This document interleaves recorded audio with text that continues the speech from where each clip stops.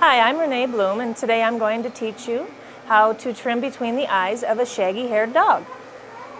The items you will need are a cordless clipper that is very quiet, like a Moser, a thinning shear, and a wide-tooth comb. Make sure the dog is calm. Around the eyes, as you know, it's very sensitive, so we don't want to have any accidents. There's two ways you can do this, either with a thinning shear if they're afraid of the clippers. What you want to do, I'm holding the noose under the chin so she sits still, and a little bit of her beard hair. I'll place the thinning shear right here in between her stop.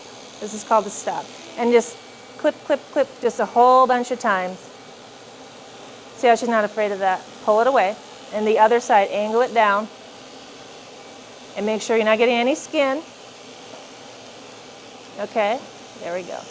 You could do that to trim their eyes.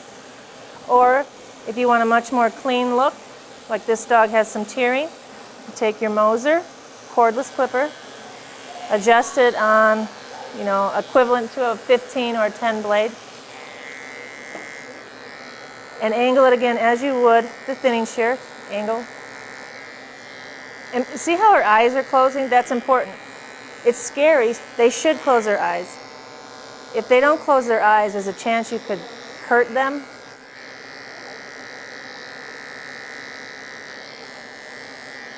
So she's trusting me to do it. Let's see here. And that is how you trim around a shaggy dog's eyes.